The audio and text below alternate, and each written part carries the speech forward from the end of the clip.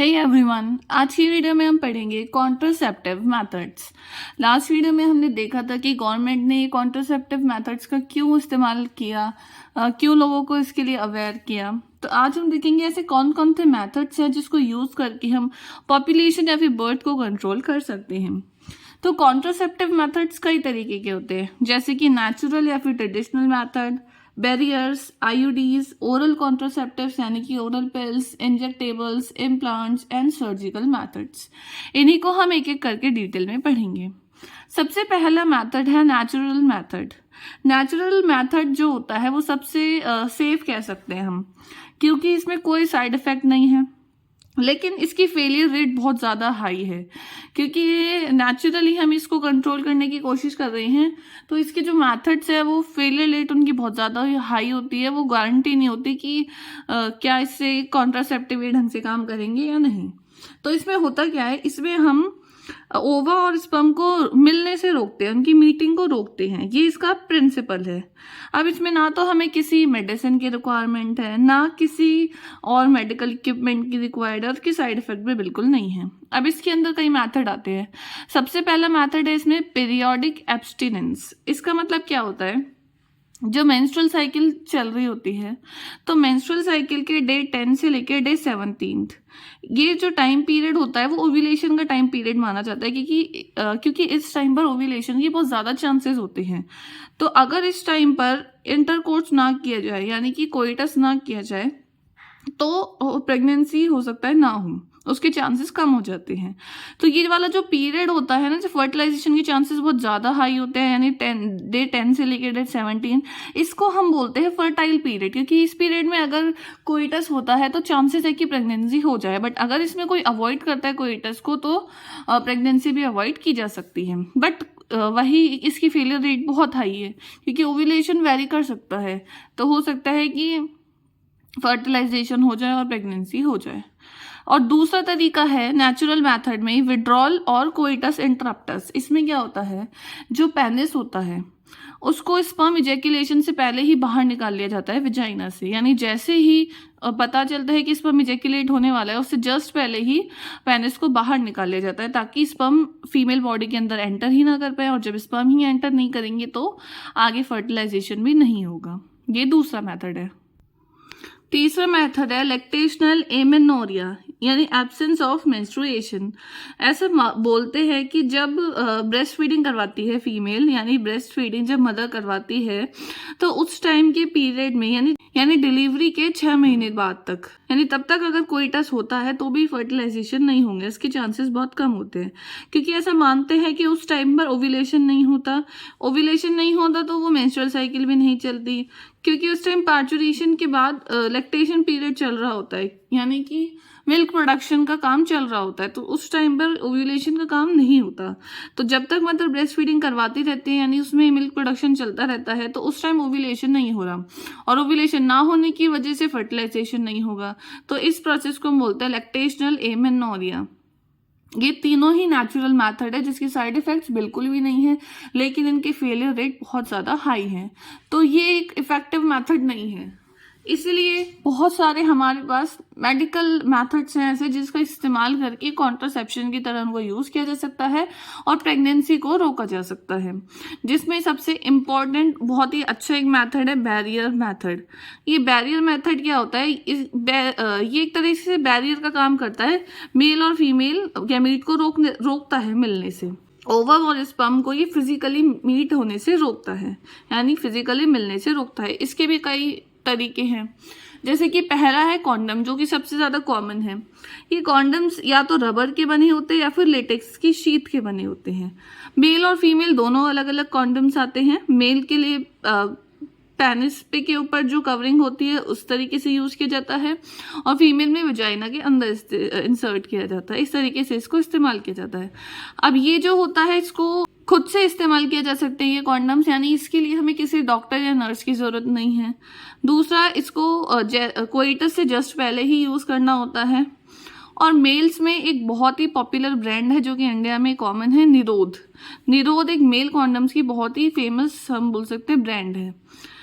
इसके अलावा कॉन्डम्स का एक सबसे अच्छा यूज़ है कि इससे एसटीडी और एड्स नहीं फैलता। ये जो सेक्सुअली ट्रांसमिटेड डिजीज होती हैं इनको फैलने से रोकता है कॉन्डम्स, क्योंकि इससे बॉडी फ्लूइड कांटेक्ट में नहीं आ रहे, बॉडी फ्लूइड कांटेक्ट में नहीं आ रहे तो डिजीज भी नहीं फैलेंगी। कॉन्डम्स होते हैं डिस्पोजेबल और इनको खुद से ही इस्तेमाल किया जा सकता है, और साथ में ये प्राइवेसी भी मेंटेन रख सकते हैं, क्योंकि इसमें आपको किसी डॉक्टर को कंसल्ट करने की जरूरत नहीं है, खुद ही आप इसको परचेज करके इस्तेमाल कर सकते हैं। तो ये बहुत ही अच्छा मेथड है कॉन्ट्रासेप्शन का। अब बैरियर मेथड में ही दूसरा है डायफ्राम, सर्वाइकल कैप्स और वॉल्ट्स। ये जो तीनों हैं ये तीनों ही अलग अलग बैरियर्स है, लेकिन ये तीनों ही फीमेल में इस्तेमाल किए जाते हैं। फीमेल की वजाइना में होते हैं, ये इनको इंसर्ट कर दिया जाता है, ये सर्विक्स को कवर करके रखते हैं। इससे क्या होता है, स्पर्म की एंट्री रुक जाती है। इसके लिए हमें किसी डॉक्टर या नर्स की हेल्प लेनी पड़ती है। इसको वापस से यूज कर सकते हैं, रीयूजेबल होते हैं और ये भी रबर के बने होते हैं। फिर आता है स्पर्मिसाइडल क्रीम, जेली और फोम्स। ये वैसे कॉन्ट्रासेप्टिव नहीं है, बट ये जो हम कॉन्ट्रासेप्टिव मेथड यूज कर रहे हैं उसके साथ अगर इसको कॉम्बिनेशन में यूज करें तो ये इसके इफेक्टिव और ज़्यादा बना देते हैं। ये मतलब उनकी एफिशिएंसी बढ़ा देते हैं कॉन्ट्रासेप्टिव्स जो हम यूज कर रहे हैं। तो ये थे बैरियर्स। इसके अलावा आती है IUDs, इंट्रा यूट्राइन डिवाइस। अब नाम से ही पता चल रहा है, इंट्रा मीन्स अंदर और यूट्राइन मतलब यूट्रस, यानी यूट्रस के अंदर इन डिवाइस को इंसर्ट किया जाता है। उससे क्या होता है, ये दो चीजें करती है। एक तो ये फैगोसाइटोसिस करती है स्पर्म का, यानी स्पर्म अगर एंटर करता है फीमेल के अंदर तो वो उसको खत्म करने का काम करती हैं। दूसरा, स्पर्म की मोटिलिटी को ये कम कर देती हैं। या फिर ये जो यूट्रस होता है, यूट्रस को ऐसा बना देती हैं कि वो इम्प्लांटेशन के लिए ठीक नहीं रहता। तो ये इस तरीके से रोकती हैं प्रेगनेंसी होने से। ये बहुत ही इंडिया में इफेक्टिव और पॉपुलर मेथड है। अब लेकिन इसको डॉक्टर या फिर एक्सपर्ट नर्स के थ्रू ही इंसर्ट करवाया जाता है बॉडी में, और ये उन लोगों के लिए ज़्यादा बेटर है जो कि 2 बच्चों के बीच में गैप चाहते हैं, या फिर जिनको काफ़ी टाइम तक के लिए प्रेगनेंसी नहीं चाहिए। जैसे 2 बच्चों के लिए किसी को 3 साल का गैप चाहिए, 5 साल का गैप चाहिए, तो IUDs उसके लिए एक अच्छा ऑप्शन है। अब ये IUDs 3 टाइप की होती हैं। एक होती है नॉन मेडिकेटेड IUD, एक कॉपर रिलीजिंग IUD और एक hormone releasing IUD। Non medicated IUDs का एग्जाम्पल है लिपेज लूप।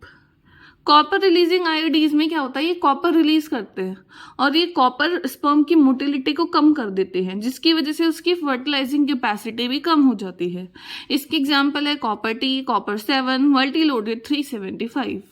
और तीसरी टाइप की IUD है हार्मोन रिलीजिंग IUD। ये क्या करती है, ये ऐसे हार्मोन सिक्रेट करती है कि यूट्रस का जो माहौल है अंदर का वो डेवलपिंग बेबी के लिए अनसुटेबल हो जाता है, तो जिसकी वजह से इम्प्लांटेशन नहीं होता। इसके अलावा ये स्पर्म को भी ऐसा कर देती है कि वो वजाइना में सर्वाइव ना कर सके। इसका एग्जाम्पल है प्रोजेस्टारसेट और LNG-20। यहाँ से ज़्यादातर क्वेश्चन ये एग्जाम्पल्स में से पूछे जाते हैं, तो इनको अच्छे से एक बार पढ़ें। फिर आती हैं ओरल पिल्स। ओरल पिल्स नाम से ही पता चल रहा है, इनको हम नॉर्मल टैबलेट की फॉर्म में लेते हैं, इसलिए इनको पिल्स बोलते हैं। अब इन पिल्स में क्या होता है, इनमें या तो होता है प्रोजेस्टेरोन या फिर प्रोजेस्ट्रोजन और एस्ट्रोजन का कॉम्बिनेशन, ये दोनों होते हैं इन पिल्स में। लेकिन ये टैबलेट्स जो होती हैं इनको हमें लगातार 21 दिनों तक लेना होता है। जैसे ही मेंस्ट्रुअल फेज खत्म हुआ, मेंस्ट्रुअल साइकिल का यानी ब्लीडिंग फेज खत्म हुआ, उसके नेक्स्ट डे ही ये चालू करनी होती है टैबलेट्स, और लगातार इनको 21 दिनों तक लेना होता है, जब तक कि अगली मेंस्ट्रुअल साइकिल चालू ना हो जाए। इस तरीके से जब तक ये प्रेगनेंसी नहीं चाहिए तब तक ये पिल्स डेली लेनी पड़ेंगी। एक तो ये होती हैं पिल्स। इसके अलावा एक और पिल है सहेली। ये सहेली बहुत ही अच्छी पिल है। इसको CDRI Lucknow, central drug research institute Lucknow ने डेवलप किया है। इसमें नॉन स्टेरॉयडल प्रिपरेशंस होती हैं, मतलब स्टेरॉइड्स नहीं होते, और ये दवाई सिर्फ हफ्ते में 1 बार ली जाती है और इसके साइड इफेक्ट्स भी बहुत ही कम होते हैं। तो ये सहेली एक अच्छा ऑप्शन है पिल्स का।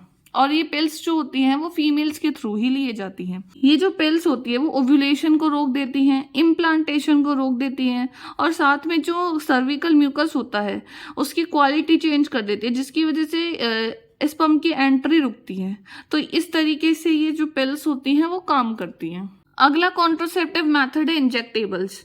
यहाँ हम इंजेक्टेबल और इम्प्लांट को साथ में पढ़ रहे हैं क्योंकि इनके काम करने का तरीका ऑलमोस्ट सेम है।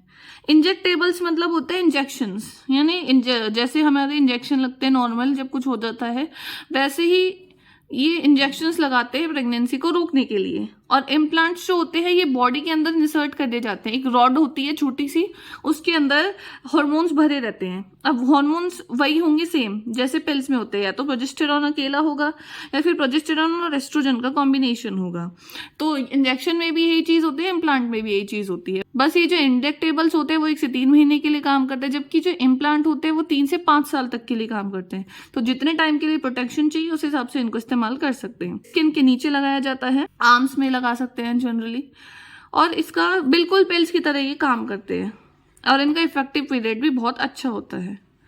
अब कुछ केसेस आते हैं जैसे इमरजेंसी कॉन्ट्रासेप्टिव्स हम यूज़ करते हैं, जैसे अगर रेप केसेस आते हैं कुछ, या फिर किसी ने अनप्रोटेक्टेड कोइटस हो गया, या फिर प्रोटेक्टेड कोइटस है बट उस टाइम वो काम नहीं हुआ, कॉन्ट्रासेप्टिव ने सही से काम नहीं किया, तो उस टाइम पे किसी को इमरजेंसी में अबॉर्शन करवाना है, तो उस टाइम क्या कर सकते हैं, प्रोजेस्टेरॉन और प्रोजेस्टेरॉन एस्ट्रोजन का कॉम्बिनेशन, यानी कि ये पिल्स साथ में आईयूडीज, इन दोनों का कॉम्बिनेशन अगर साथ में इस्तेमाल करें 72 घंटे के अंदर अंदर, कोइटस के 72 घंटे के अंदर अंदर अगर आईयूडीज और ये पिल्स का कॉम्बिनेशन हम साथ में यूज़ करें तो इससे कॉन्ट्रासेप्टिव की तरह ये काम कर सकता है, और इसी को हम इमरजेंसी कॉन्ट्रासेप्टिव कहते हैं।